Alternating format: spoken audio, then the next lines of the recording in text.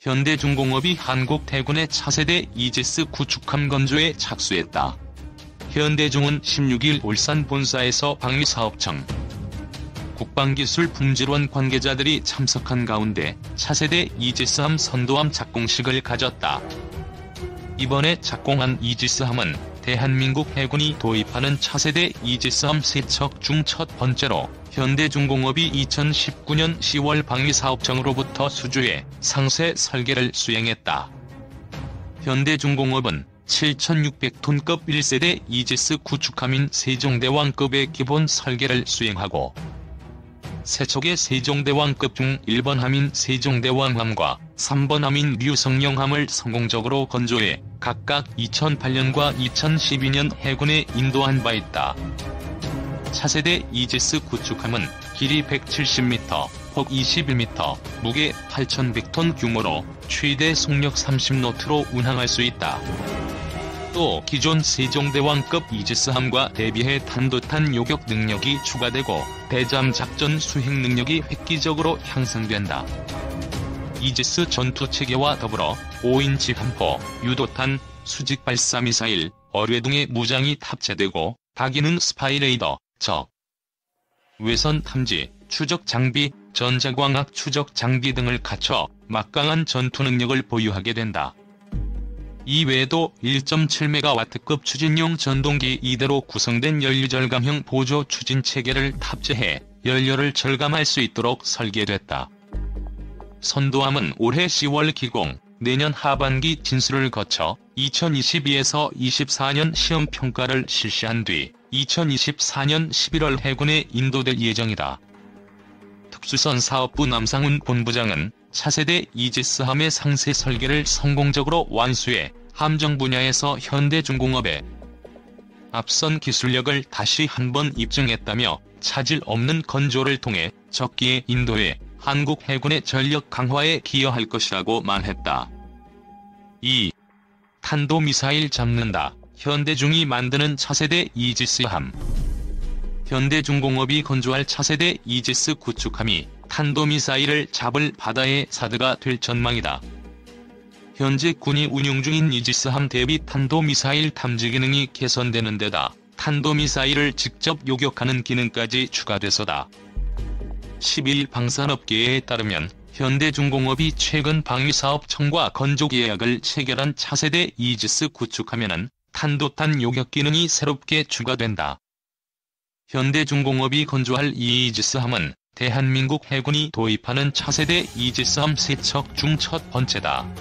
울산 조선소에서 건조해 오는 2024년 11월 인도할 예정이다.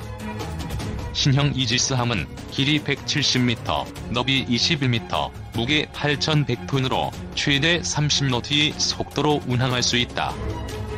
이지스함은 이지스 전투체계를 탑재한 구축함이다. 이지스란 명칭은 그리스 신화에서 제우스가 사용하던 방패에서 유래했다. 이지스함 한 척으로 여러 척의 항공기와 전함, 미사일, 잠수함을 제압할 수 있어 신의 방패 또는 꿈의 구축함이라 불리기도 한다. 차세대 이지스함 건조 소식은 현재 운용 중인 이지스함의 북한 탄도미사일 탐지의 허점이 노출된 가운데 전해졌다.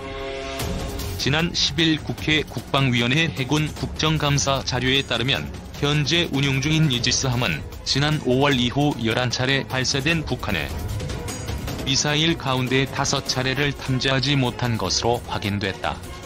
해군은 탐지 실패 이유에 대해 합참으로부터 사전정보에 의한 출동명령 하달받지 못함, 사전정보 및 출동명령 받았으나 당시 이지스함의 탐지 가능 범위에서 벗어남, 이지스함 전투체계 업로드가 늦어서 2발 중 1발만 탐지 등의 답변 자료를 보낸 것으로 전해졌다.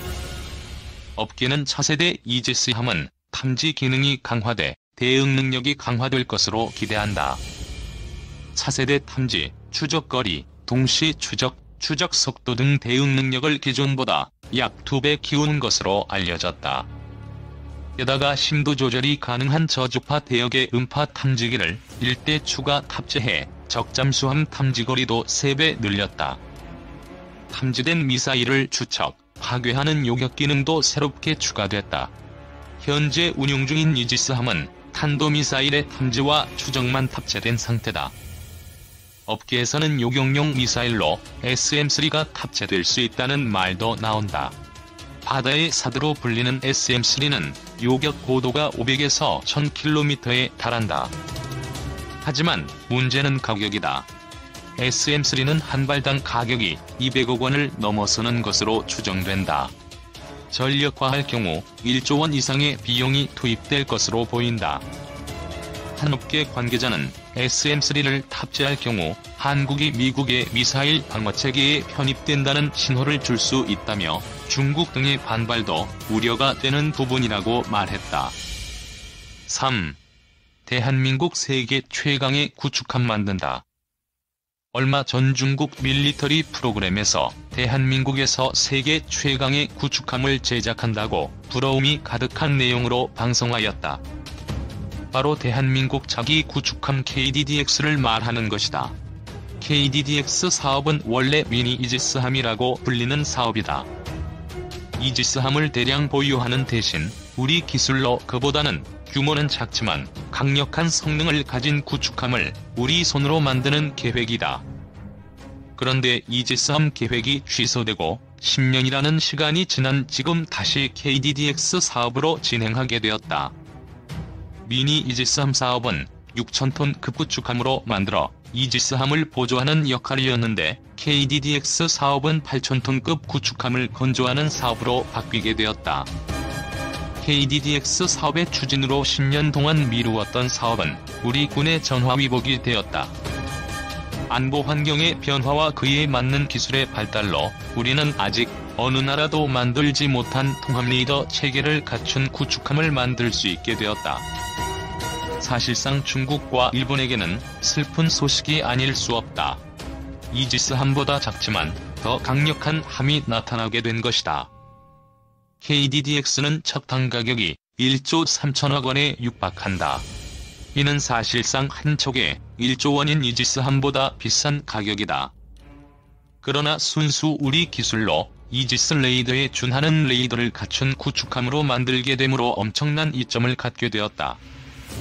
KDDX의 예상 재원 길이 156m, 폭 19m, 배수량 6,500톤에서 8,000톤, 127mm 함포, KVLSL 64셀, 대함 미사일 16발 레이더 S밴드.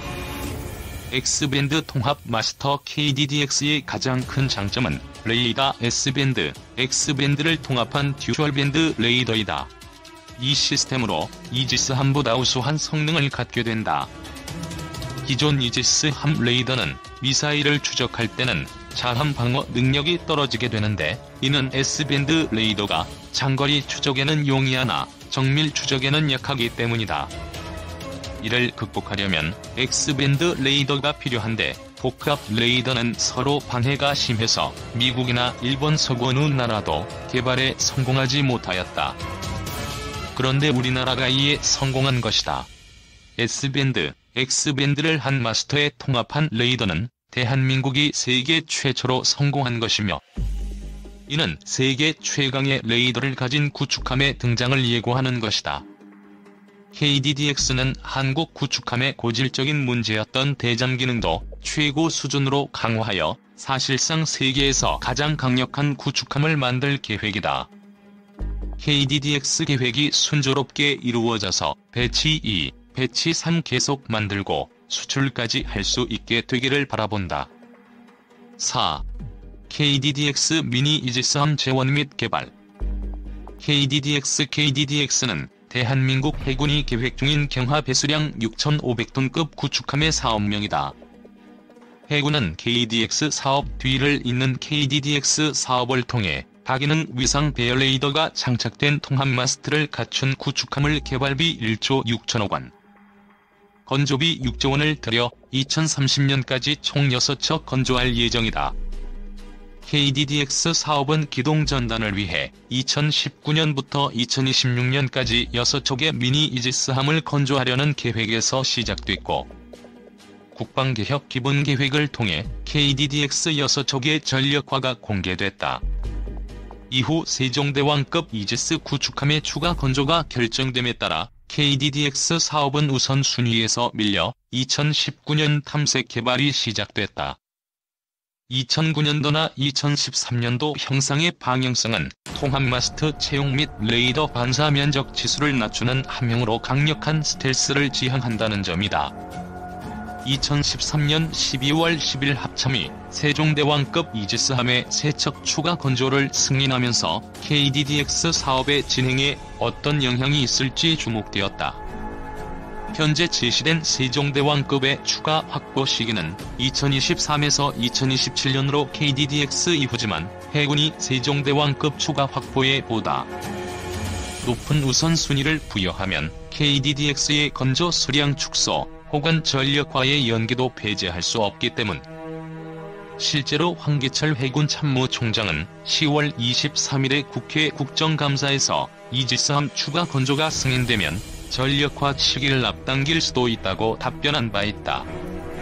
2014년 12월 국회 국방위원회는 국방예산 예비심사에서 KDDX 사업에 배정된 30억 원을 전액 삭감하고 이를 세종대왕급 추가 건조 사업으로 전환시켰다.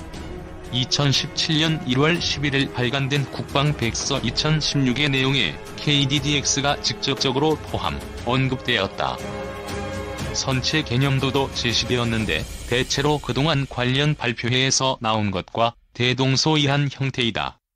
2017년 4월 국방기술품질원에서 선행연구 용역을 발주하였다. 국방과학연구소가 공개한 함정 개발 로드맵에 따르면 KDDX 사업은 FFX 배치 3의 건조 이후이다.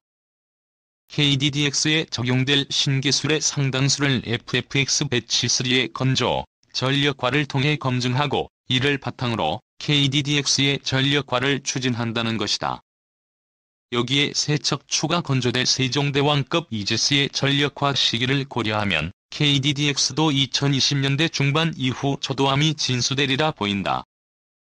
KDDX 재원 및 무장 공개된 함선 형상을 고려했을 때 전방 48셀, 후방 16셀이 KVLS-2가 탑재됨을 확인할 수 있다.